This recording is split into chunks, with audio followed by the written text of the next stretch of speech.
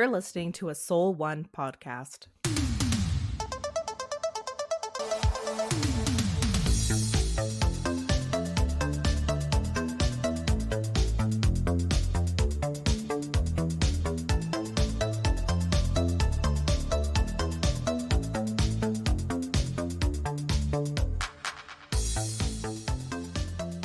Well, everybody, it's going to be one of them episodes because Taylor's sick. And we can't really remember the movies we reviewed, so we'll see how it goes. Well, to be very specific, I can remember the movie I reviewed. You can't remember the movie you reviewed or the leading actor in mine who's quite famous. I knew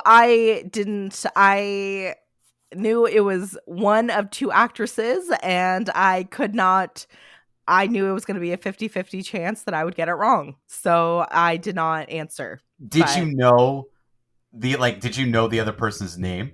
Or were you like, you have two people, you can see them, but you didn't know either of their names, so you took a guess, but you couldn't remember it regardless? Like, what did you know one of their names? I knew one of their names. Oh, okay. Yeah. So and you guessed the one. Well, you didn't really guess. I didn't guess because I wanted this person. I said Lucy Liu. Like, yes, yeah. That's the one. Yeah, That's excellent. the one. So you watched Presence, which I saw an interesting headline. I didn't click on the article. It said it was something along the lines of, or maybe it wasn't an article at all, Mike. Maybe it was what you posted on our social media about the difference between a thriller, a mystery, and a horror movie. So maybe that was you. That was your article you read was written by me. The headline I read was written by Mike. The headline, yeah. I wanted to talk about that a little bit just because it's kind of, I mean, it goes back to promotion, I guess, and how they're trying to sell the movie. But I think there's a pretty big difference between horror, psychological thriller, like all these kind of different things that are kind of part of the horror genre in one way or another. But this is not a scary movie. This is not a horror film. I thought it was going to be a traditional ghost story based on what I saw. No, kind of. No. Like, this is the type of movie that I will say one very quick thing about is I cannot spoil this movie. You cannot watch this movie and know much about it, or it really spoils where they're going. Right. I can ruins the experience. I have no problem explaining the kind of first bit of the movie, and really the progression of it is much later. So there's really only near the end that I can't really explain. But Taylor, it reframes the whole movie. Where they get to reframed the entire movie. This is a movie that I really want to talk about with people who've seen it, because I am not someone, as you know, who is ever impacted one way or another by a movie that I watch. I can enjoy the experience without becoming scared or emotionally invested or whatever, like we talked about. This movie got me in one particular moment, and it got me. Did you see this in theaters or streaming? It's on streaming. No, right? Streaming. I actually, even though this is a tough one to rate because I'm going to give it a really good rating, I actually recommend you watch this at home and not go to the movies. Oh, I think this is a better at-home experience than it is an in-movie experience. So we've teased enough about it. Should we just go right into your review? I guess so. We'll just talk about Presence from Steven Soderbergh. He's an interesting director. I was going to say, he's a pretty famous director. The name is he lacks a style. He doesn't have style. Do you want me to name his movies? Yeah, and you can tell me what you think. Okay. Yeah. Because this is someone who I don't think has a style. Aaron Brockovich. Okay. Magic Mike. Yeah. Oh, that takes the swing. Contagion. Okay. Ocean's 11. Right. Logan Lucky. I don't. I feel that was like an action movie. I think I watched it ago. with maybe Chris, one of the I believe a Chris is in it. I believe there's one of the Hollywood Chris's is in it. Ocean's then 12 and 13, obviously. Solaris, which is like a emotional space movie. Um, Side Effects. I don't know what that is. And I'm seeing if there's any others that might be. So, but those are his big ones. Those are the big ones. Those are the big ones. He's got another movie coming out later this year. Yeah. Here's a question for you, Mike, because you said, "Oh, this is a director that has no style," and you listed some pretty iconic movies. Like people love for sure. the Magic Mike movies. That's right. And they're weirdly not. You go in thinking that it's going to be like a light, fluffy chick flick, and then you find out. Well, especially that first one. Yeah, the first one. I haven't seen the second and third. That first Magic Mike movie is a shocking movie. Yeah, it's like the narrative is about the crisis of masculine identity, and it's like you go that like the way you were describing it was exactly my experience. Like, oh, I can't believe I have to watch this movie. I can't believe I'm here to watch this. Like, I guess I'm always forcing people to watch movies, so I guess it's my turn to sit here. And then I'm the one coming out and being like, what a great movie. Yeah, it was not a fantastic movie. And I think, I could be wrong. Mike, did you watch the second and third ones? I think those were more chick flicks, like straight. I could be wrong. I can't remember. I think I watched the third one. Also, but is the there second a crime? Is there a crime element in the first one? I remember seeing it in theaters with my mom and my sister. Yes. And you're like, oh, this is a crime movie. Yes, there's a crime element to Magic Mike. He's trying to get out of stripping, I think. He's trying to leave the business. That's sort of the idea. I can't remember. I didn't know there was a third one, but I can't remember if I saw the second one or not. I honestly didn't. Remember. I didn't enjoy the first one. I didn't like the first movie. But anyways, Aaron Brockovich, also very iconic. So you are saying he doesn't have a style. Is that not a good thing, though? To be able to direct such varied stories? I suppose so. Like, I think it's just, when you think of Steven Soderbergh, he's not in the same category when people think about Spielberg or Tarantino or Christopher Nolan. Like, people think about these as directors, but I just named a bunch of movies that people probably didn't know Steven Soderbergh directed, and he did all those movies. Like, blockbuster movies, some awards movies, and like a variety of films, like the Ocean's 11 movies, like all of them, all three of them. People like. Them. Yeah. So he just does movies people love. That's what he does. I guess he's not, you wouldn't describe him as an auteur. Like, he doesn't have a specific artistic vision. But I don't think that's necessarily a bad thing, because you rattled off a bunch of movies that are critically successful. So good for him. Keep doing what you're doing. Except now the question is, this movie. Keep doing what you're doing in terms of this movie. We shall see. But you did say that you're going to give it a high rating, so I'm intrigued. Yeah. So Presence is, I think, the most artsy movie he's done, especially from that list, because this entire film is shot from the perspective of the presence that is lurking around a house that a new family lives. No, Taylor, no. I know what you're thinking. It works. Okay. Like, I know what you're thinking, and I thought, like, I don't know, but I don't know what kind of. At first, I thought you were gonna say shot from the perspective of the house. Like, come on. No, the perspective of the house. Yeah, that's right. But that's still pretty presence. Like, oh, okay. But you're saying it works. Okay. So yeah, we're basically introduced to a family through the eyes of some kind of presence ghost that is lurking around a house. Mm-hmm. And we're introduced to, so as we alluded to, it's Lucy Liu, and her husband is played by Chris Sullivan. So he was in This Is Us. That's what he's kind of known for. That's really all he's done. He was in This Is Us. And so his name's Chris Sullivan. So they're married, and they have two children, a daughter and a son.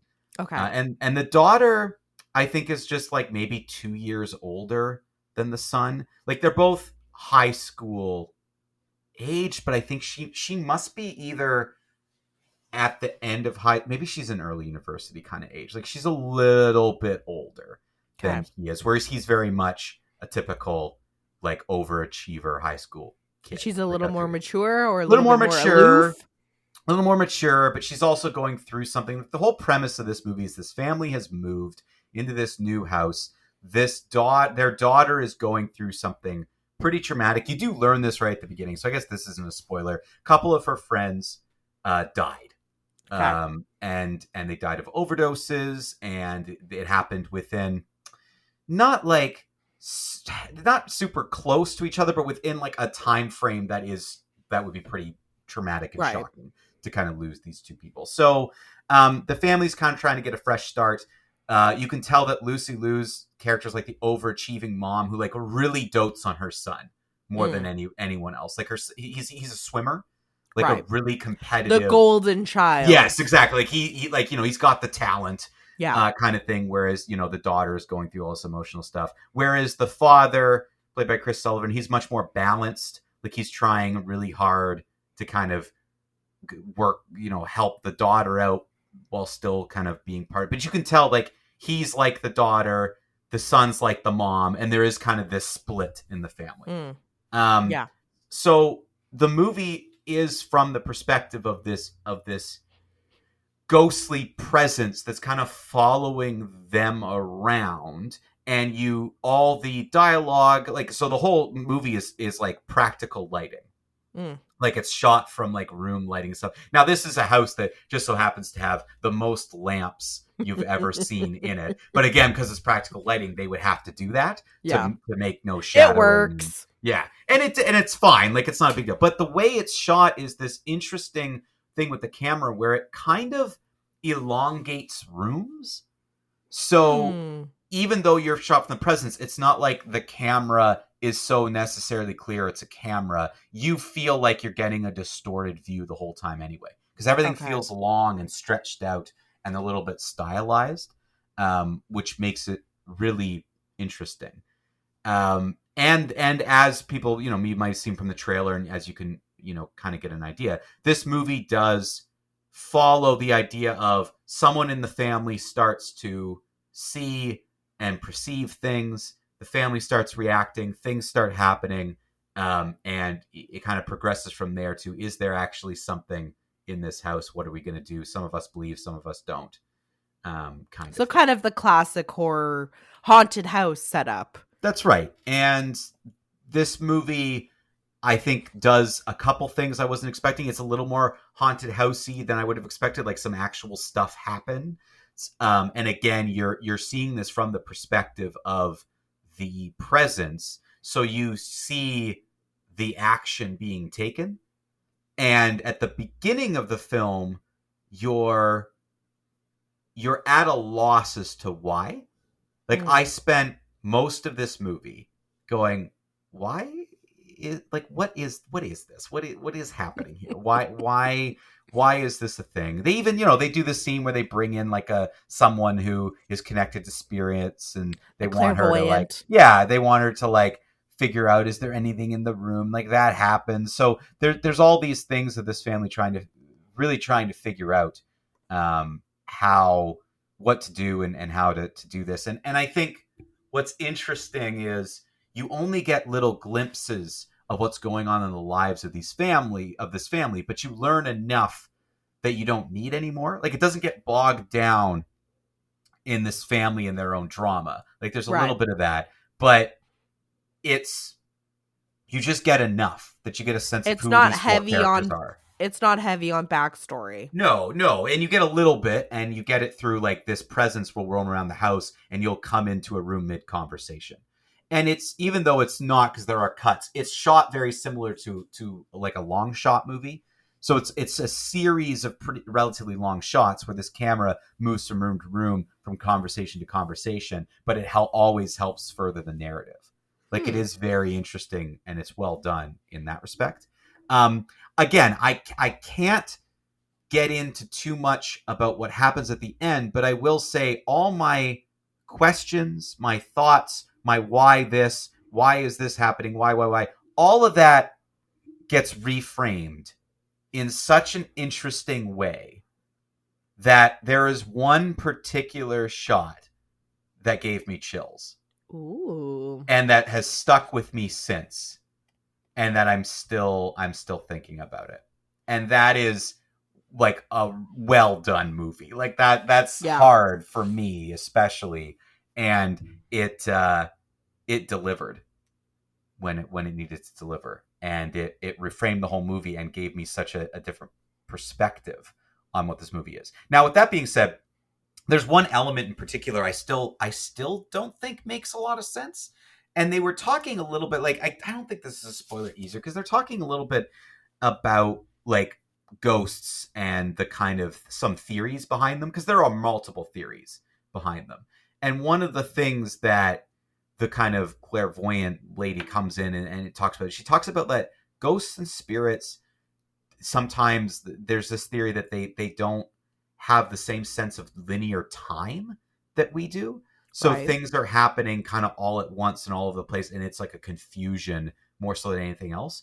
That does and doesn't make sense in how, like, I guess you could stretch it to sort of make sense in how this movie goes, but there's still one big unanswered question that I have about why they would specifically point to that theory and bring that up and how the movie ended. I kind of sat here being like, but I don't know if that has to do with anything, and that I don't get. So that was one thing that was kind of left me being like, do you not understand how it worked within the movie or the theory in general? Because that's the theory of The Haunting of Hill House. If that theory is being recognized by this movie and talked about, and that's what they're going with, I don't know if it necessarily makes sense. Okay, so if you're saying the movie presents this as the viable reason for the haunting in the movie, it does not make sense given the ending of the movie. That's right. Yeah, got it. Yeah, got like it. it's such a difficult. It would be such to me. That's where it becomes like. I mean, not that I personally don't believe in this stuff to begin with, but this is why.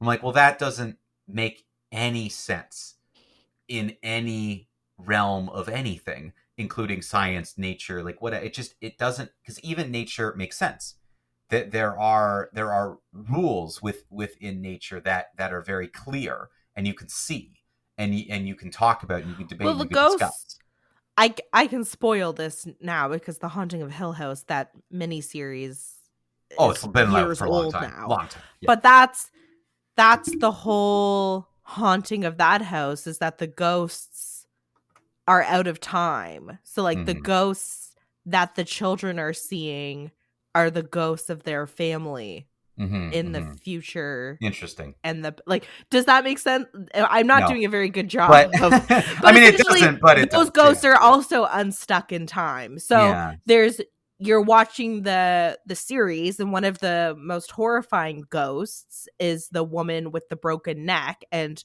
so there's the one character who from childhood into adulthood is sort of haunted by this woman with the broken neck. Well, it turns out it's her. So her future self is haunting her past self. That's I guess the theory is that the theory you're describing, and you just can't wrap your head around that theory. But you have no. It's a little different, but yeah, that's similar, but it's a little bit different. But you have no problem wrapping your head around the multiverse in the Marvel movies. Well, of course not. Well, it's though. That's not. They're not. When I go to Marvel, I'm not sitting here being like, "Show me something real." Like, whereas Presence, when you ground a movie. And then, like, for example, right, again, this goes into personal beliefs, so people don't at me. It's just a personal belief. When I watch exorcism movies, I want it to feel real. Sure. Even if I don't necessarily believe in it. But that doesn't matter. Why does that matter? Convince me movie. Like, that's the job of the film. The job of a movie and a piece of art, a story, etc., is to convince you. But I think filmmakers get I'm going to go on a tangent. Filmmakers get lazy. Because people will sit there and watch a movie and be like, if you just tell me something sad, I will feel sad. But that's not enough for me. I need to be drawn in and shown and taken along a journey, which this movie absolutely did do and did work. But for theories like this, where you bog it down in something like, well, we're going to explain it in a practical way to try to continue the realism, if it doesn't make sense, and it doesn't make sense in the way you frame the movie, then it just is going to leave me frustrated. As opposed to, why not just not put that theory in there at all, reveal the end of the movie and have me go, oh, what? How does that work? like that, like you basically you just accomplished the same thing.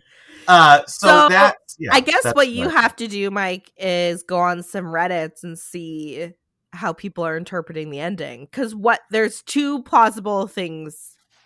This is my reading of the situation, having not seen the movie. There's two plausible explanations. One is that they introduced this theory, but it was never to explain the end of the movie. The end of the movie is separate from this theory. They just put this theory out there as part of the exposition or, the clairvoyance scene. Or the alternative is that they put the theory forward to explain the ending and it didn't work for you. So yeah, I think that's kind of what's happening. I think it's possible that you're right, that they floated this theory out there and it has nothing to do with the end. Yeah, it was just the clairvoyant. This is just a theory, but then why would you put that in your movie? Unless you were gonna, maybe I'm misremembering. I wonder if there were multiple theories and I just grabbed onto one for some reason. Right. Sometimes my brain does that. Because it also is sort of that I wouldn't say that isn't an unusual trope. The clairvoyant comes in, provides the family with a theory, and then it turns out the clairvoyant was wrong. So that could be what's happening in this movie too. Is that some theories were floated, but it's that horror genre trope where, oh no, the quote unquote expert has misread the situation and they're actually, they made the haunting worse or whatever. Could that have happened? I'm wondering if I'm not even remembering this properly. Well, hopefully you still have the rental. You can go back. I think I got to rewatch this movie. Like now you're honestly making me question that even was relevant. Right. And that the movie is actually better than you thought. This movie's good. This is a very good That's what I mean. Movie. Maybe you're misremembering and you go back and you think, oh wow, this movie was even better because the critique I have of the movie doesn't apply. I'm going to watch this movie again.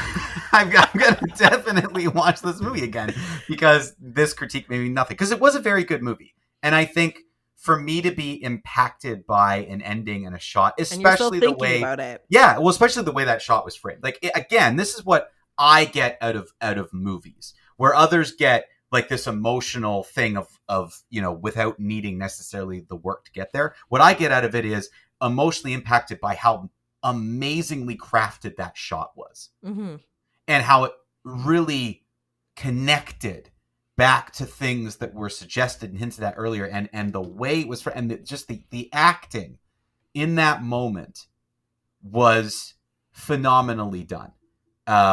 And that's another thing, like the acting in this movie is very good. Now, I mean, it really focuses on, I would say 5 people, because there's also this like friend of both of the kids. So that's why I think they're like close. Well, I guess he more knows the brother more so than he knows her. But they're close enough in age that it's like, oh, if she just graduated, I would remember you kind of. Because there's a 2-year difference between my sister and I know her friends and she knows my friends, but we're not friends with each other's friends. And that's what like I would, if I were to make a really just a guess. The guy's in like grade 11 or 12, still in school, but getting close to the end, whereas she might be in like the age of like second year of university. Got it. Kind of thing. Got it.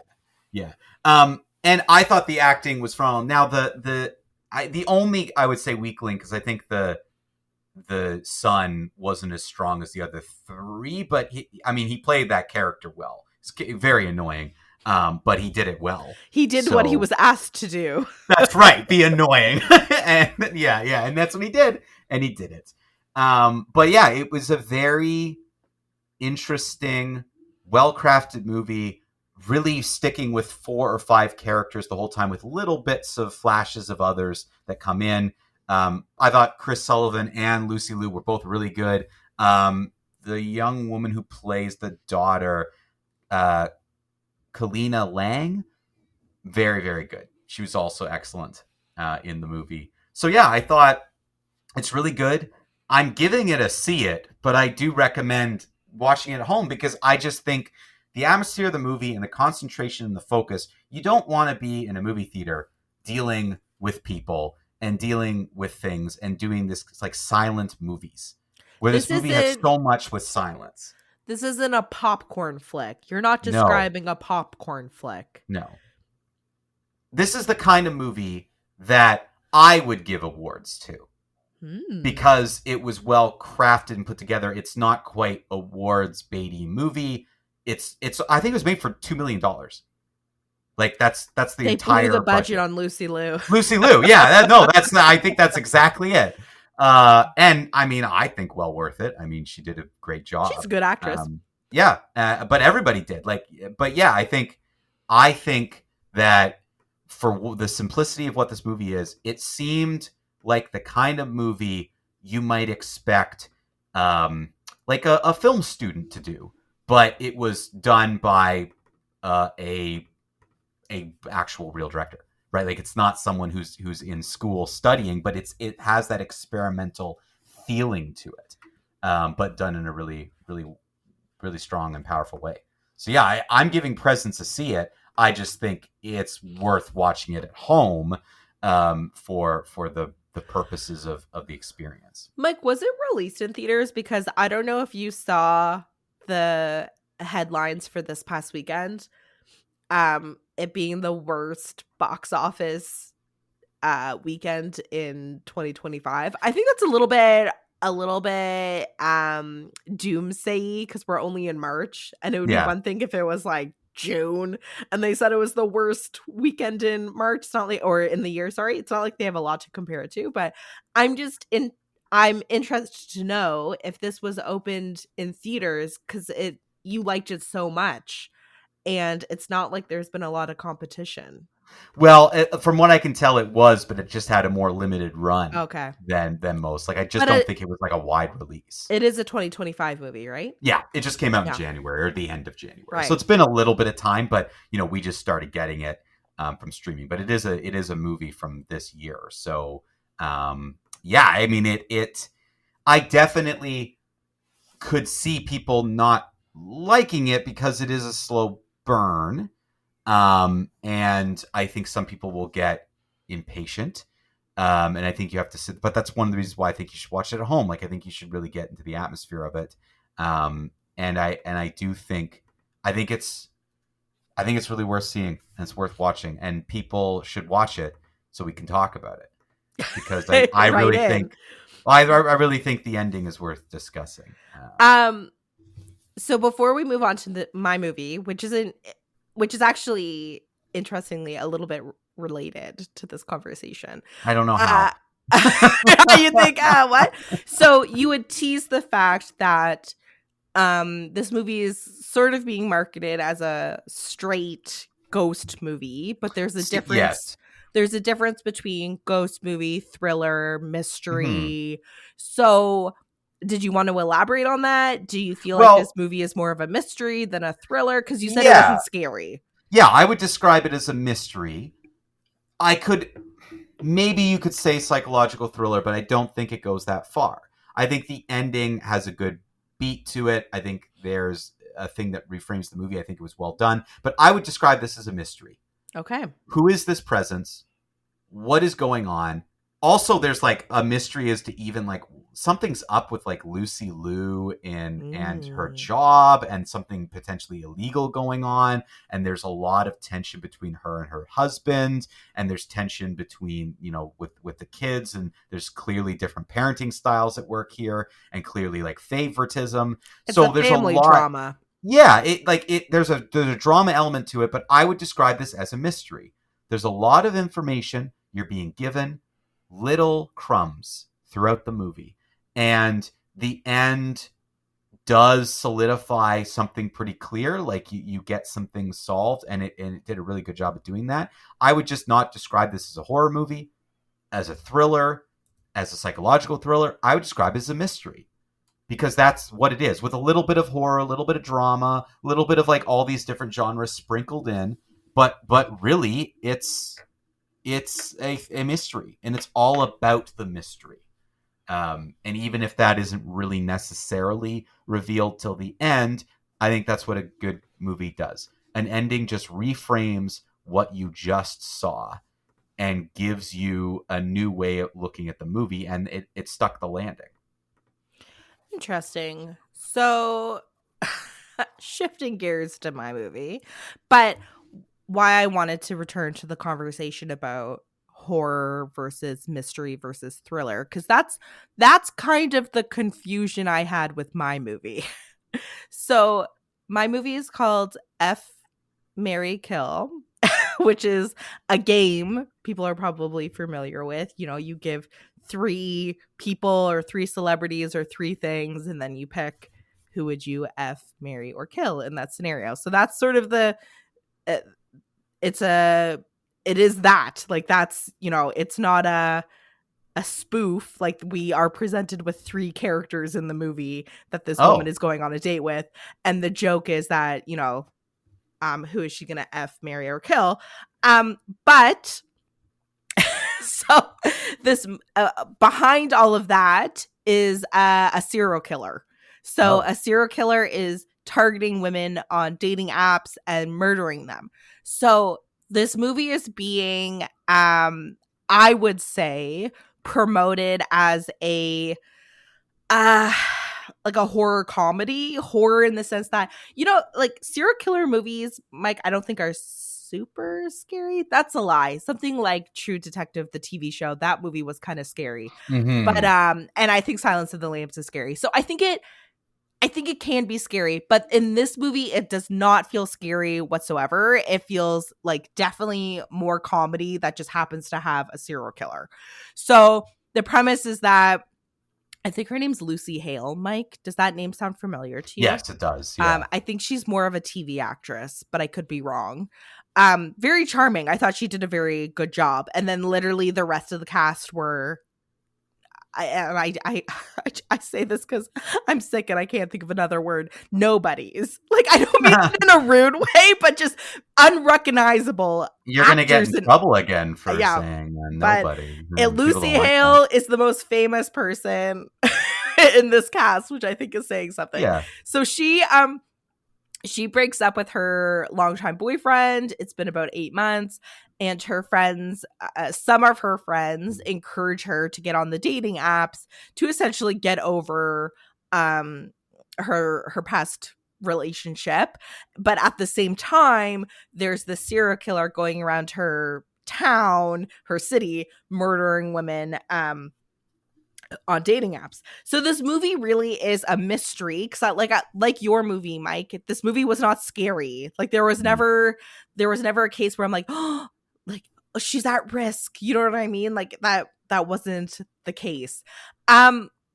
This movie definitely felt sort of like a B movie. Like, this definitely did not feel like a movie that would be in movie theaters. Maybe, I don't know, that's not fair. I'm trying to think, because streaming has completely changed the way we watch movies, Mike, and the amount of content that's available.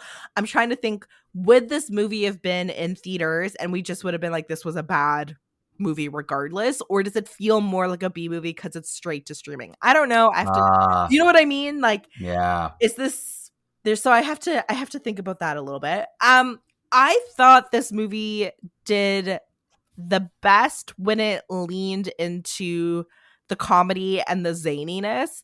I think this movie would have done a lot better if it had been more of a spoof.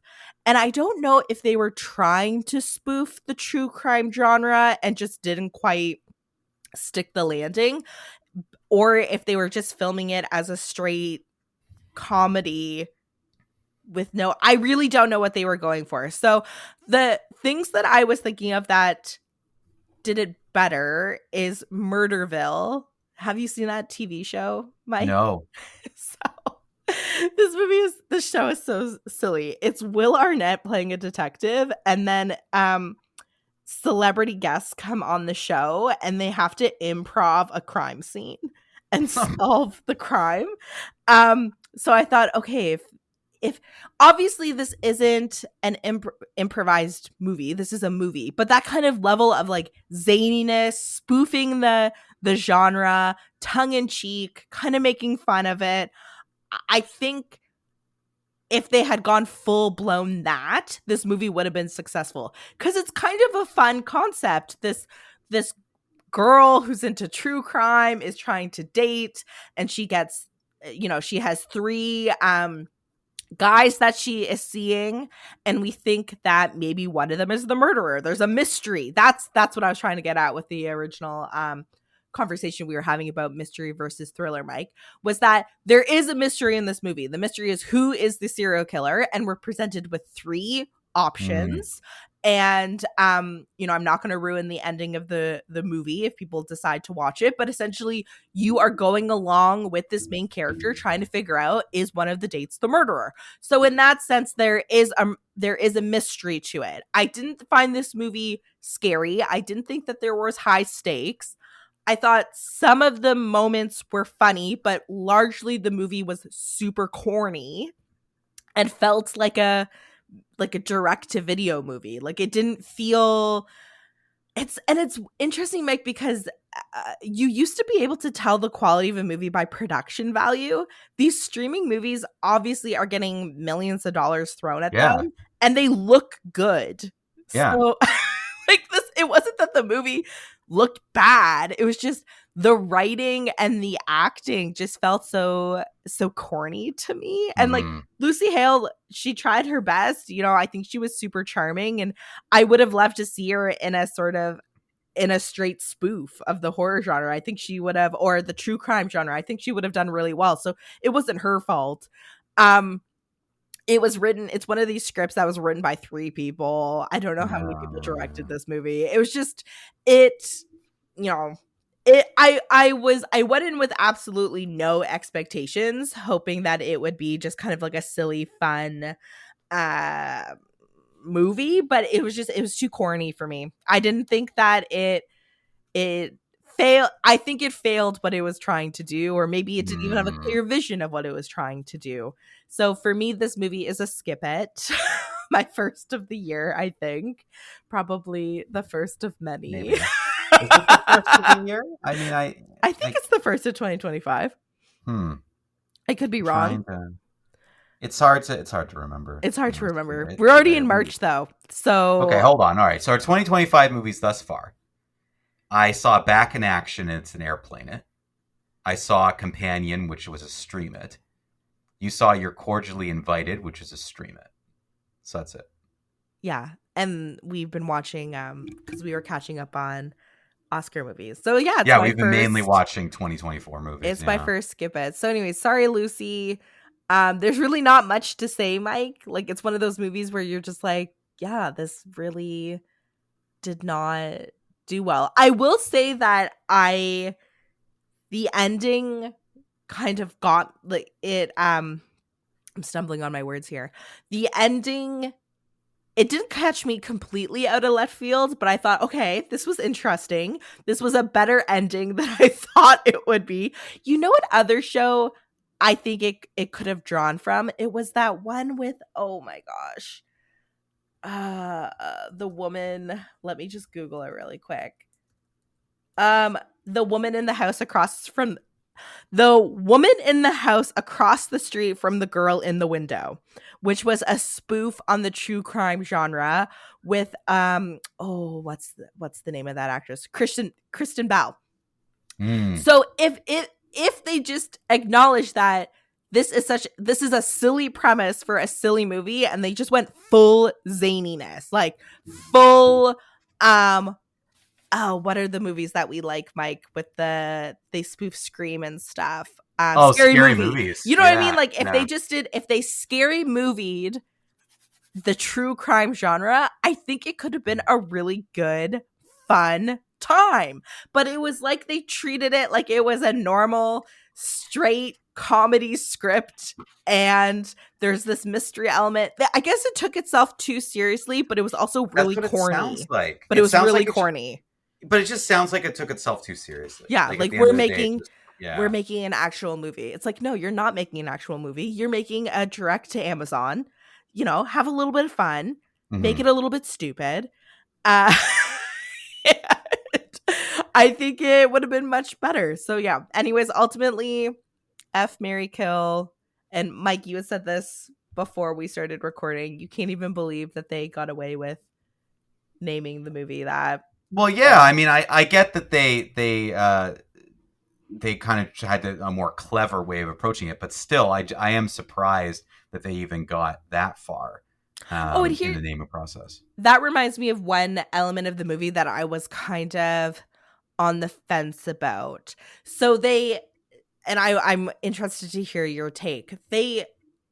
When a new character would be introduced on screen, it would kind of pause the screen, and it was almost like a dating profile would come up, like name, age, and then I can't remember because it was so fast how they did it, but they did that for every sort of new character that was introduced on screen. What do you think? Do you think gimmicky, or does that work? It sounds gimmicky. Like the way you're describing it. Like I could see it working. It's just the way you're describing it sounds kind of gimmicky to me. You know? I'm trying to think of, I know other movies do similar things, but I'm just wondering, like, is that going to so age the movie 5, 10, 15 years from now? Might. That's the thing. I mean, it doesn't, the way you're describing this movie, it does not sound like a movie that's going to stand the test of time. No. Like, it's going to feel dated and it's going to be aged pretty fast.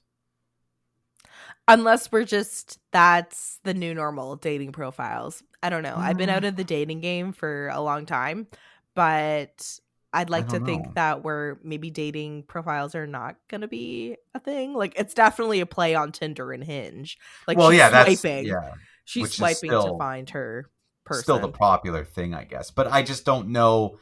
To say it's going to stand the test of time, I don't know. Because it does feel like of a now thing. Yeah, it felt a little gimmicky. It's like, here would be a good example. Scott Pilgrim versus the World, how they integrate video game stuff and comic book stuff into the movie. That, it works. But for this movie, I'm like, it's all about online dating. I get it. Or dating apps, like to build the apps into the movie. I don't know. Hard to say. That is hard to say because I just don't know. I mean, dating apps are definitely like the thing now, and people say it's impossible to meet people outside of dating apps. But I mean, it's not. It's not. But I can understand why people say it's so hard. But I just feel like it could still date the movie, because is that really the way it's going to be in 10, 20 years? Like, we don't know. It feels like a very much it's now like thing, when movies show texting on screen. Like, it'll be kind of like a split screen where like the person's laying in bed and then like you can see the person texting. Yeah. And I'm kind of, I don't know, I'm on the fence. The jury's out on whether or not I think it works. I think, again, if they went full spoof with this movie, it would have been tongue in cheek and it would have worked. But because it took the movie it took itself a little bit more seriously than it should have, it felt maybe a little gimmicky. But maybe I'm being hard on the movie. I don't know. That is to me what it sounds like happened, is this movie just took itself too seriously. Yeah, and that was its fault. Or they knew they were making a comedy. Fine, fair, but they should have known that the humor is in poking fun in the genre. So I don't know. Again, like, I'm always dubious when there's multiple credits on a script. Like, it took 3 people to write that script. Like, come on, right? Like, well, what happened was someone wrote it. Yeah, someone read it and went, "We need someone else." Yeah. Someone else came in to help and work on it. That another person read it, and when we still need someone else, and then just gone are the days of the ghost credits. You know what I mean? Yeah. The woman from Star Wars used to ghost write on scripts. And what's her name? She passed away recently, or maybe it's been a couple years ago now. Did you know that about her? That actress who played Leia used to shop, or she was a script doctor. No. Yeah, she was. No, I didn't know this. Oh, well, there you go. But it was at a time where you didn't know people were doctoring the scripts. We got to go back to that. But then again, those scripts were good. So maybe that's why. I hope I'm not completely fabricating that story. You are talking about Carrie Fisher, though. Yeah, Carrie Fisher was a script doctor. Okay. Yeah. That's wow. No, I did not know that. I had no idea that she was a script doctor. I know that obviously happened, like She was ghostwriting a with TV. highly regarded script doctor, Mhm. apparently, Wow. according to Reddit, Oh, there you go. who did So uncredited rewrites on screenplays. She did rewrites on Hook and Lethal Weapon 3, along with other movies. 10 movie scripts you didn't know Carrie Fisher worked on. 10, Mike. So there you go. Oh, that's wow. She tightened the scripts for Sister Act, The Wedding Oh, wow. Singer.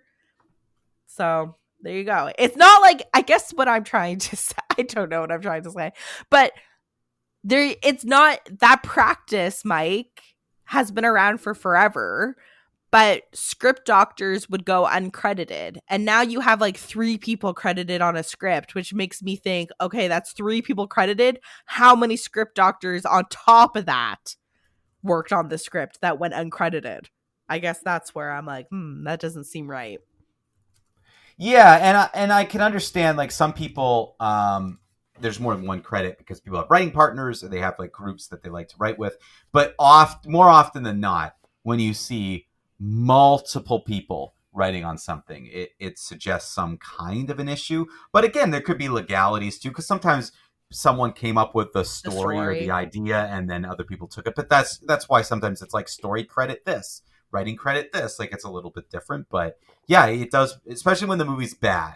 I think you look at it a little bit differently. Like, why did it take so many of you to make this so bad? I think my final verdict will be this would have made for a good miniseries on Amazon or Netflix, full spoof, a la Murderville, a la The Woman Across the Street from The Woman in the Window, or whatever the name of that movie is. Was this a Netflix movie? Like, did you say this was Amazon Prime? But Amazon. It was Amazon Prime. BuzzFeed. Did you know that BuzzFeed is producing movies now? Nah, no. There you go. I think that, again, that says just about everything we need to know about this movie. Wow. Okay, I wish I didn't know that. I wonder. So it's definitely a BuzzFeed movie. It must be an Amazon movie. Oh no, distributed by Lionsgate. So Lionsgate, and then the producing house or whatever you call it was BuzzFeed. So there you go. Very strange. That's a strange combo. Yeah, and then straight to Amazon. Yeah, because Lionsgate is like, that's a relatively reputable. Yeah. Anyways. Do we have any time for fan questions? Were you able to pull any up? We have a little bit of time. I think we can throw up a fan question. While you're looking for the fan questions, I can tell you about the movie that I'm hoping to watch this weekend. That is also an Amazon movie. Or I don't know. Again, streaming is so weird, Mike. I have really lost the plot as to what is produced by the streamers, what the streamers have acquired, because I heard news that this premiered at Sundance, which was only a couple weeks ago, if memory serves. It's the new Nicole Kidman movie called Holland, which looks kind of like a psychological dark comedy. I'm really looking forward to watching that movie. I think it premieres on Amazon this weekend. So fingers crossed. That's the movie I plan on watching. But again, a very strange for it to debut at a film festival and then come to Amazon so quickly. So I didn't even know that it was going to be at Sundance. I had heard that it was going to be at I don't know. It just seems, does that seem strange to you? Or maybe not. I mean, not really. I don't think so. I don't think that's strange. I guess just because there seems to be okay, yes. Holland premiered at the 32nd South by Southwest Conference. What did I say? I didn't say South by Southwest. No, you didn't. But it premiered at the South by Southwest Conference March 9th. It is set to be released on Amazon Prime March 27th. So that's weird. It used to be that a movie would premiere at a film festival in order for the rights to be acquired. But obviously this was an Amazon Prime movie, or they had already bought the distribution rights and then they decided to premiere it at the South by Southwest. Doesn't that seem odd to you? Okay, that's a little different. Yeah, a little bit of a different path than I would say you normally get. Yeah. And that's like to have the premiere March 9th, and then it's not like it's gonna be distributed in theaters. So anyways, I'm looking forward to seeing it. It doesn't have very good reviews so far, but it certainly looks quite interesting to me. Have you seen any promotion for this yet? No, not at all. I've never heard of this one. Yeah. Holland. So that's March 27th. So maybe I won't be watching it this weekend. I'll probably have to watch it the following weekend. Sorry, guys, but look forward to my Holland review in the next couple weeks. All right. While I was yammering on about Holland and distribution and streaming, Mike, did you find a question for us? Yeah. I mean, I found several, and I was going through them because some of these I don't think we can answer without advance notice. Like, I think we need some, especially you need some time to go through this, Taylor. So this is the most, I think this is the easiest question. Got it. So this is from Jennifer, who says, I'm wondering if each of you have a most rewatchable movie for you and why. Not necessarily the movie you feel like you've actually rewatched the most times, because obviously you could have rewatched them for a variety of reasons, but do you feel like there's a movie out there that you think is the most rewatchable, and what would that be and why? Immediately I thought of Bedazzled, the original one from the 1960s. I think that has a lot of rewatchability. I also think the first Austin Powers movie Oh yeah, the first Austin Powers movie is definitely rewatchable. In terms of what easily I could say, I rewatched The Secret Garden very frequently, the movie from 1994. I think The Crow is very rewatchable. I think there's lots of movies, and Adventures in Babysitting. I think that's a nice kind of comfort. It's interesting though, because she makes it sound like Jennifer even admits in her question that there's many reasons to rewatch a movie, but doesn't specify the rewatchability. This one. Yeah. So what makes something rewatchable? Yeah, like I think there are a lot of reasons why you would rewatch a movie, and like I understand that there might be reasons not because you think it's rewatchable, but because of circumstances you've watched this. Like I think I've seen Frozen too many times. Fair. But I think I don't know. For me, Back to the Future, rewatchable. I think both the Father of the Bride movies. Yep, those are good. Is very rewatchable. When you already brought up Sister Act, I think that's a rewatchable movie, as well. So I think that there are a lot of like nostalgia is a reason, but I think there's just easy movies that are easy watching. There's a lot of comedies that are so good that they have high rewatchability.